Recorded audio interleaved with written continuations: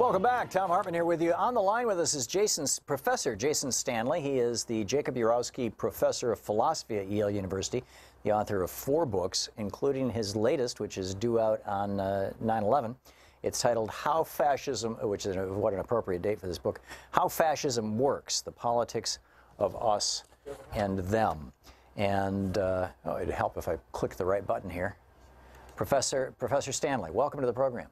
Thank you so much. Thanks so much for being with us. Your book is extraordinary. I read the first chapter, The Mythic Past, for one of our book reports to share with our listeners. Just, in fact, it was just the first couple pages of it.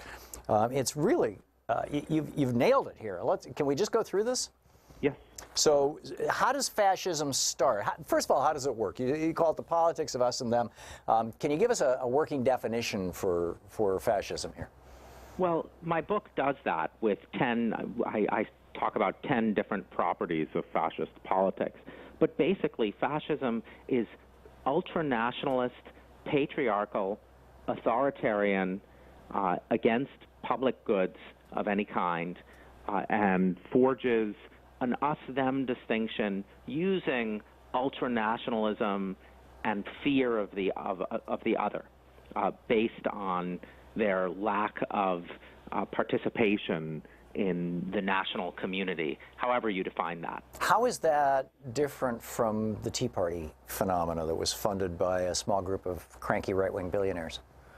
Well, the Tea Party phenomenon has strong affiliations with fascism. I would say that the difference would be insofar as libertarians are very careful not to make group generalizations and just say if they just say we are about individual liberty and don't broaden that to say, for instance, that whites are under threat from non-whites, then they avoid fascism, because fascism makes the leap from a certain kind of libertarianism, like life is a struggle, it's all about hard work and who wins, it's all about winners and losers. Meritocracies.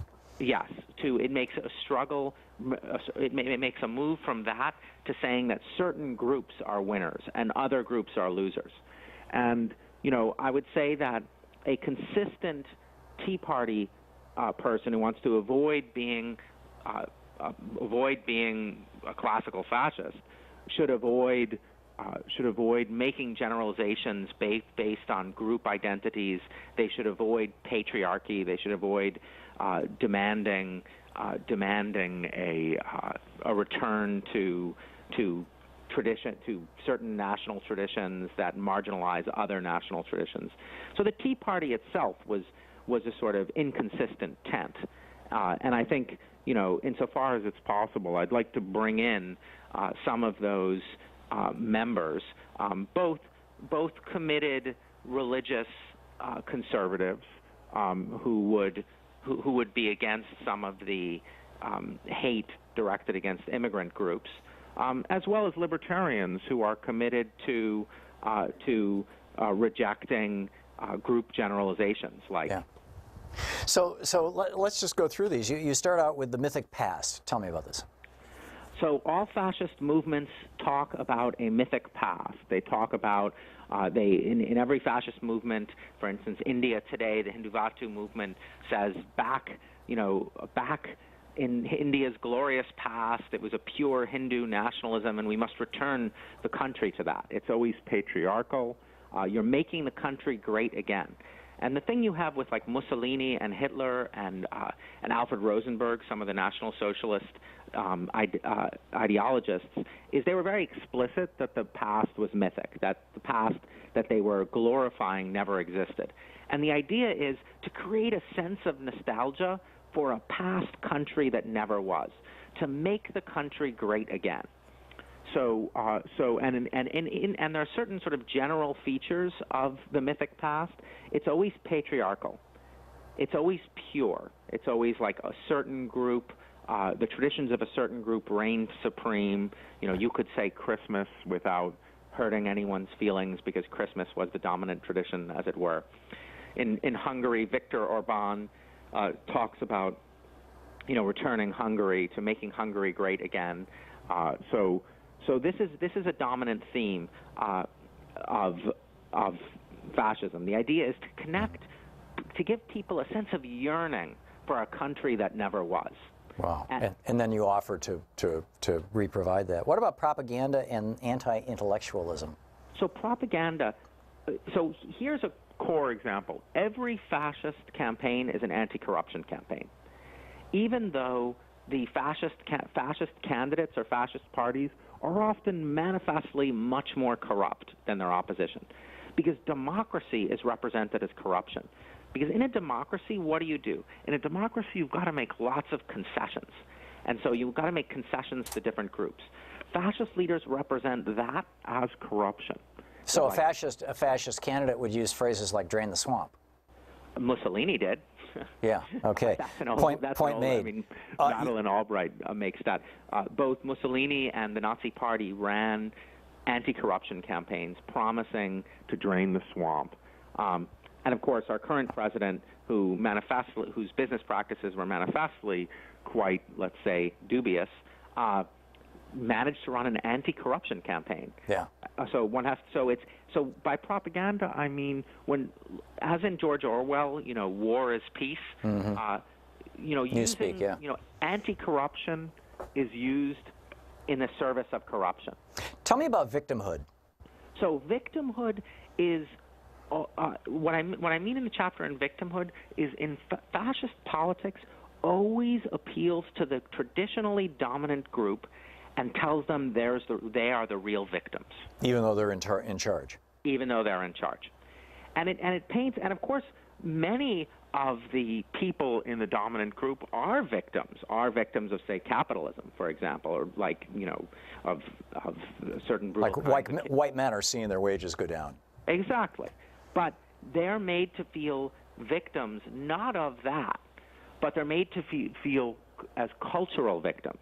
So their attention is directed away against what's actually victimizing them and towards a kind of cultural victimhood. So it's a message. It would be like a message to white men that says that your wages are not going down because that's what capitalism does. Your wages are going down because women are coming into the workforce and people of color are coming into the workforce and all those Mexicans flooded across the border.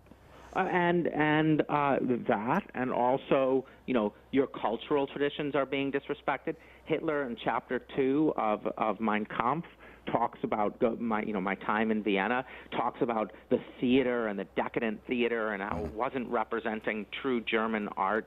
So how, the theater, the media is attacked for degenerating the cultural traditions of the dominant group. Yeah. Nixon and Spiro Agnew ran on a platform of law and order.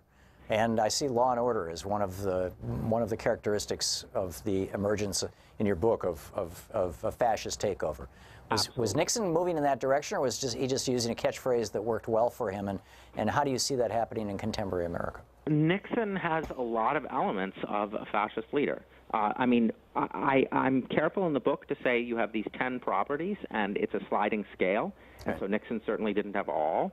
But this is a very powerful way to come to power, is exploiting these mechanisms of fear. And there is no question that Nixon used demagoguery about black Americans. We know from Elizabeth Hinton's work, recent 2016 book on mass incarceration. Nixon said to Haldeman, the problem is the blacks, and the goal is to construct a system that recognizes that while concealing that it's doing that. Right, and with the drug laws. Yes, the drug laws. Yeah. And he said we're going to go after marijuana to get the hippies and heroin to get the blacks. Right. So law and order, what law and order means there is that the out-group is always, by their nature, a violation of law and order. So walking while black becomes a crime. Walking while black becomes a crime, or tellingly, Jeff Sessions said about Donald Trump, you can tell from Mr. Trump's reaction to the Central Park 5 case that he's going to be a law and order president. Now, Mr. Trump, in his reaction to the Central Park 5 case, was to say that perfectly innocent teenagers should still be punished. Executed, in fact. So what sense of law and order is meant there? It's certainly not democratic law and order. Yeah. Your last chapter is Arbeit macht frei, which is the slogan that was over one of the concentration camps. I think it's Dachau. Auschwitz is over several different Auschwitz, okay. And it literally means work makes you free. At the same time, Matt Blevins, the new Republican governor of Kentucky, is now trying to associate work rules, work requirements with Medicaid. In other words, basic health care for poor people, women, children in the state of Kentucky. Theoretically to knock, as many as 100,000 people off the rolls to save the state money. But does this tie into a fascist agenda as well? Absolutely. It's a key element. Hitler decries welfare in Mein Kampf as destroying the economic independence of the nation. But the point there is, at the core of fascism is social Darwinism. Life is a struggle. It should be hard. We should be. So in fascist leaders try to say, in struggle, you find meaning. And so you want to make life as hard as possible. But especially the idea is you want to make life hard for groups that have been supposedly leeching off the state. Under the National Socialists, this was Jews. Jews were using the state to get interest from hardworking Germans via banking. And so Jews were supposedly lazy, and the idea was they needed to be made to work. In that chapter, I talk about how across the world, the outgroup is always represented as lazy. Remarkable. Remarkable stuff. Professor Jason Stanley, a new book, it'll be out on 9/11. You can pre-order it now. How Fascism Works, the Politics of Us and Them. It's absolutely brilliant. Professor Stanley, thanks so much for being with us. Thank you so much. Great talking with you. We'll be back.